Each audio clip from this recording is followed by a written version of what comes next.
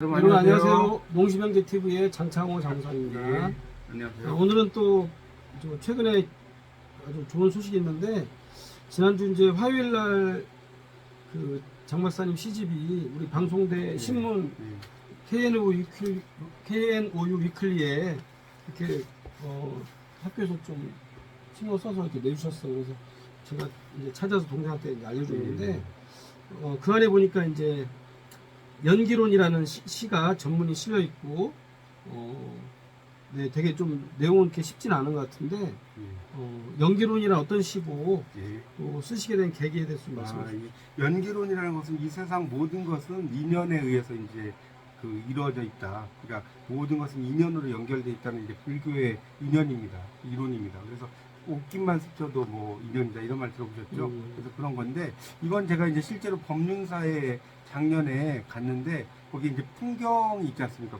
절에 가면 네. 그 풍경을 보면서 모든 것은 연결되어 있다는 걸 가지고 제가 썼는데요. 간단히 이제 시를 읽어보면 이렇습니다. 법륜사 처마 끝에 매달린 종, 그 끝에 금빛 물고기 한 마리 매달려 있다. 금빛 물고기에 매달린 은빛바람, 은빛바람에 목탁 소리 잠들어 있다. 목탁 소리는 바람을 밀고, 바람은 종을 밀고, 종은 금빛 물고기를 민다. 내 마음 잠시 금빛 물고기에 덩그러니 걸려있다. 그래서 이제 이 매달린 종으로부터 시작이 돼서 금빛 물고기, 그리고 은빛 바람, 그 다음에 목탁, 그 다음에 바람, 종, 그 다음에 종, 이런 것들이 이제 연결된다고 해서 제가 사물을 통해서 이 세상 모든 것이 연결되고 결국은 다시 동심원의 구조로 가는 거죠. 제점이 이제 그 종 속의 금빛 물고기고, 마지막에 다시 금빛 물고기의 원형 구조를 통해서 이 세상의 모든 것들이 연결되어 있다는 것을 제가 약간 불교적인 관점에서 한번 써봤습니다. 네, 아유, 상당히 또 깊은 뜻이 있군요. 다음으로는 저도 이제 시집 장박사님이 주셔가지고 이제 꼼꼼히 읽어봤는데, 이제 저희 가족에 대한 내용도 상당히 들어있더라고요. 그래서 그 중에 이제 우리가 자취할 때그 빨간 고무대야라는 시가 있었어요. 인상 깊었는데, 제가 한번 낭송해보고 이제 장박사님이 그에 대한 설명을 좀. 알겠습니다. 이 빨간 고무대야가 이제 책의 100페이지에 있는데 한번 아침이라서 좀 목이 잠잠하게 목소리가 또 아주 좋으셔서 잘 읽으실 것 같습니다. 네, 빨간 고무대야 장웅상. 1980년대 성남 천장 낮은 사글세 단칸방에 삼부자가 살았다. 그의 여름 장대비가 방 안을 폭격했다. 그가 삼부자를 비집고 들어와 방 중앙에 진을 치고 앉았다. 그는 쉴 새 없이 빗물을 받아내고 우리는 번갈아가며 거동불편한 그의 수발을 들어야 했다. 그 후로 매년 이삿짐을 옮기다가 그만 그의 손을 놓쳐버렸다. 2021년 여름, 분당의 아파트 주방에 서서 설거지를 한다. 창문 틈으로 정방폭포가 된 장대비가 흘러내린다. 이젠 판잣집도 다 없어지고 그는 어디서 밥벌이를 하고 있을까? 그때 손을 놓친 그 친구가 소주 잔처럼 알싸하게 그립다. 네, 이상입니다. 예. 그러니까 이 시는 이제 그 3인칭 은유심상법을 썼는데요. 그러니까 이 빨간 고무대야를 제가 그라고 쓴 거예요. 그가 이제 고무대야가 진을 치고 있었고 빗물을 받아내고 있었고, 그래서 이제 이삿짐을 옮기다가 이제 이 빨간 고무대야를 놓쳐버렸죠. 우리가 이제 자취하면 뭐 싱크대 이런 게 없었지 않습니까? 예전에는. 그러다가 이제 제가 2021년에 설거지를 하면서 옛날 생각이 나더라고요. 한 몇십 년 전에. 그래서 그 판잣집도 없어지고 이제 그가 결국은 빨간 고무대야고요. 그래서 그때 손을 놓친 그 친구가 또 빨간 고무대야입니다. 그래서 이 사물을 제가 3인칭 은유 심상법을 통해서 이제 결국 마지막에 제가 소주잔처럼 알싸하게 이제 그 빨간 고무대야가 그립다라고 하면서 약간 이야기시면서 과거 회상시라고 생각할 수 있는데, 이제 그를 착각을 하시면 안 되고, 여기서 그는 빨간 고무대야라는 것을 꼭 명심하시고 읽으셔야지 될 것 같습니다. 네, 그때 이제 80년대 이제 중반 회상에 보면 이제 저랑 장 박사랑 아버지하고 삼부자가, 어머니는 이제 전라북도 정읍에 계셨고 자취를 했는데, 이제 제가 주로 이제 밥을 하고 동생이 설거지하고 아버지가 이제 음식을 하셨는데, 지금도 생각해보면 그때가 참 추억이 깃든, 나름 힘들었지만 또 지금 생각해보면 그런 어떤 회상할 수 있는 그곳이 있다는 게 되게 뜻깊고요. 또 그러한 어떤 고생을 했기 때문에 저희 장 박사와 저 형제들도 더 열심히 이렇게 우애하고 여러분께 이렇게 좋은 소식을 알려드릴 수 있어서 너무 기쁩니다. 네. 다음으로 이제 세 번째는 식물교도소에 나오는 시의 소재가 주로 이제 마지막 외출이랄지 빙자하다, 어머니 별, 뭐 아버지의 술잔, 뭐 아버지의 빈자리, VR 안경을 들여다보다라는 시들이 이제 부모님에 대해서 쓰신 시들 같은데 이 시를 읽으면서 저도 이제 눈물을 흘렸죠. 왜냐면 이제 공감이 되니까. 그 중에서 아버지의 빈자리라는 시를 이제 낭송해 주시고 그에 대한 어떤 왜 쓰셨는지 그런 느낌을 좀 예, 한번 낭송해 보겠습니다. 아버지의 빈자리. 이건 짧은 시인데요. 약간 시조 형식으로 제가 한번 써봤습니다. 친구와 오랜만에 삼겹살집에 갔다. 구공탄 석쇠 위로 열기가 솟아오른다. 그 열기 위로 삼겹살이 지글지글 익어간다. 삼부자가 살았던 3평짜리 단칸방. 아궁이 위로 데워지는 사랑의 아지랑이. 행복의 구름마차가 아지랑이로 내달렸다. 술 취해 주머니에 전화기를 꺼낸다.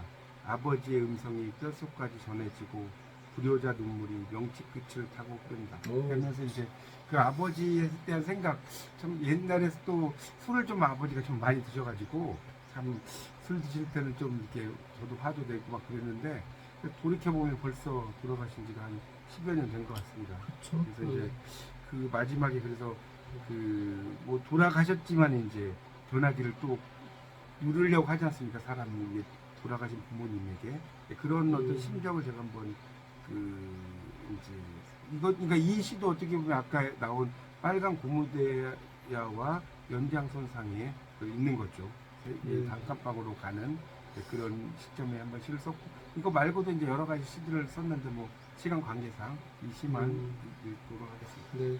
아버지 좀 더 회상하면 아버지가 이제 뭐 장사하실 때 이제 보따리 장사하실 때 이제 옛날에 이제 고대 안암동에서 이제 아버지가 술을 좋아하시니까 일 끝나고 막걸리 한 잔씩을 막 드셨나 봐요. 이제 고대 그 이제 어떤 뭐랄까 술집 같은 거 간단한 주점 같은 데서 근데 이제 옆에 이제 고대생들이 돈이 없으면 이제 아버지도 돈이 없었지만 이제 술값도 좀 내주시고 그랬다는 얘기 들었는데 아버지의 그런 어떤 좋은 유전자가 저희 형제들한테도 이렇게 잘 전해져서 저희들도 이제 뭐 큰 봉사는 아니지만 작게 이렇게 봉사는 이제 주로 지식 재능 기부로 저는 이제 직접 몸으로 이렇게 가서 하는 봉사로 이렇게 어떤 봉사의 저기가 이제 봉사의 어떤 대가 물림을 해서 이렇게 계속 이어져 가게 해주신 아버지께 감사드리고 어머니는 또 이제 저희가 옛날에 이제 어느 정도 잘 살 때 1층에서 어머니가 이제 계시다가 어려운 이웃이 있으면 이제 제 집이 4층인데 4층까지 이제 모시고 가서 새 밥에다가 이제 반찬까지 해갖고 어머니가 이제 그분들한테 이제 대접해 줬다고 지금도 가끔씩 만나는 어떤 분들이 이제 얘기를 해주시더라고요. 그래서 어머니의 그런 어떤 따뜻한 마음, 그건 저희들도 이제 아까 말씀드린 아버지나 어머니에 대한 그런 따뜻한 마음이 저희 형제들에게도 녹아져 있어서 저희도 그 피를 잘 이렇게 이어받아서 더 열심히 봉사할 수 있게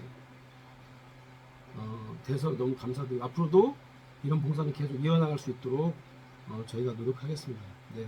그 다음으로 이제 갑자기 눈시울이 붉어지려고 그러는데 이제 전라남도 담양에 가면 중록원도 있고 뭐 소세원도 있고 여러 가지 이제 되게 볼만한 곳이 많죠. 근데 이제 그곳을 담장에 보면 애양단이라는 글자가 있는데 그 의미가 이제 효와 관련된다고 하던데 네, 한 말씀 부탁드리겠습니다. 예, 그 양산보라는 분이 이제 그 전라남도 담양에 이제 그런 소세원이라는 것을 지었는데 이 소세원이 상당히 뭐랄까요 그 어떻게 보면 중록원과 좀 다른 어떤 그 색채를 가지고 있고 약간 유토피아적인 어떤 세계랄까요?